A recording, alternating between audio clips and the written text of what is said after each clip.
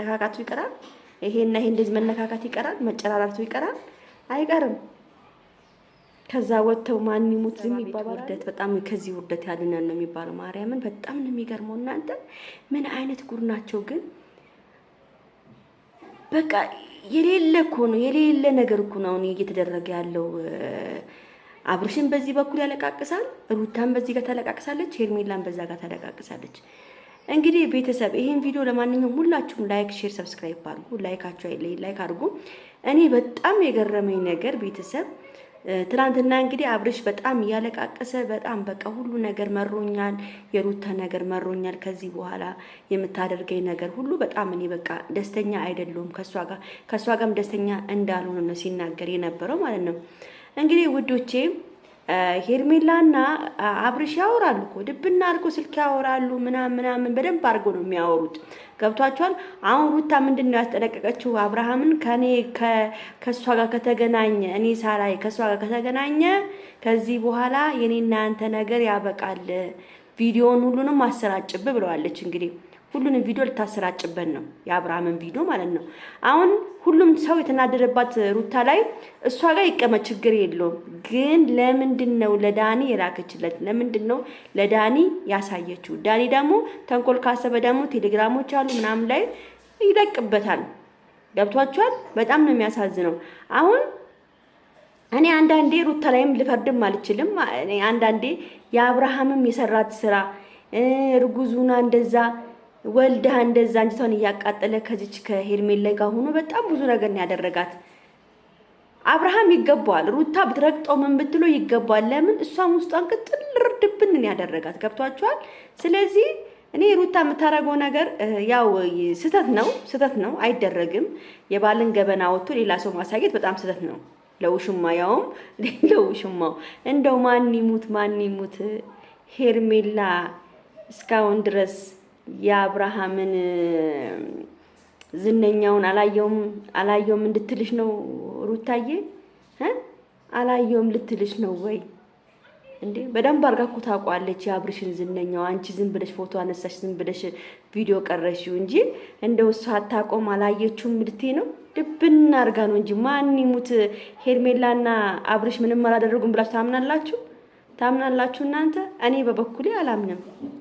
የፈለገ በድራማ እንኳን መልክ እንኳን ቢሰሩት ራሱ ይሄን ቪዲዮ ማለት ነው ቤተሰብ ሄርሜላና አብርሽ ድብና አድርገው አድርገዋል። በደንብ እስከሚበቃቸው ድረስ ያደርጉት። እንደፈለገ እንትን ቢሆንም ተደባብቀውም ተገናኝተው ያደርጋሉ።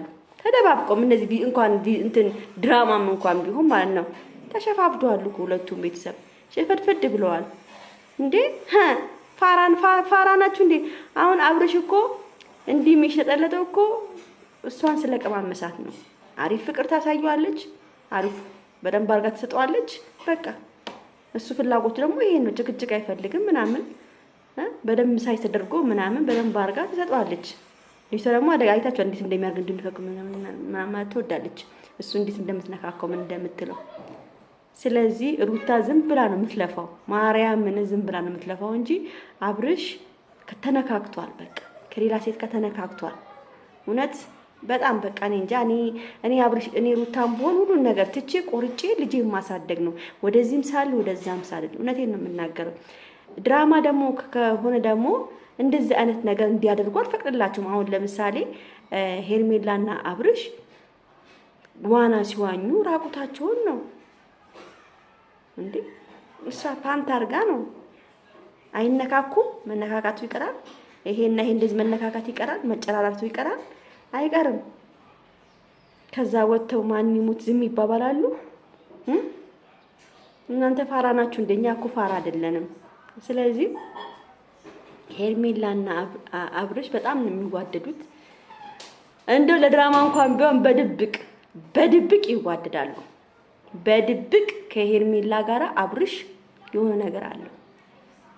ገብቷቸው አቅፏት እንኳን አንገቷ ስር እንዴት እንደሚሰማት አይታችኋል። በቀደም ለታ እያለቀሰች እንዴት ቅፍ አድርጎ እንደሳማት አሳሳሙ እንኳን ይለያያል።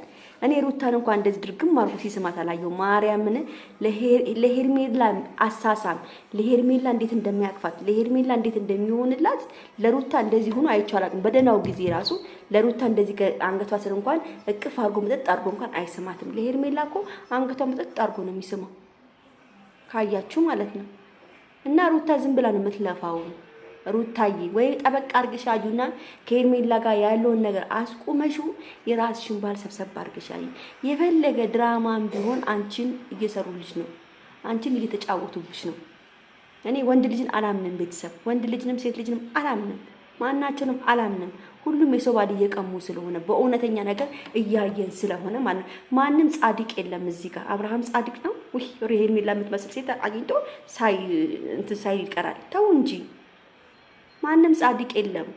ድራማን ቢሆን ተደብቀው ይለጣለጣሉ። አይገርማችሁም? ልንገራችሁ እንደው ይቅር በለኝ ጌታዬ፣ እንደው እነሱ ናቸው የኖሬ እንዲያወራ የሚያደርጉት ማለት ነውና ውዶቼ፣ ሄርሜላ ሩታ ሞኝ እየሆነች ነው።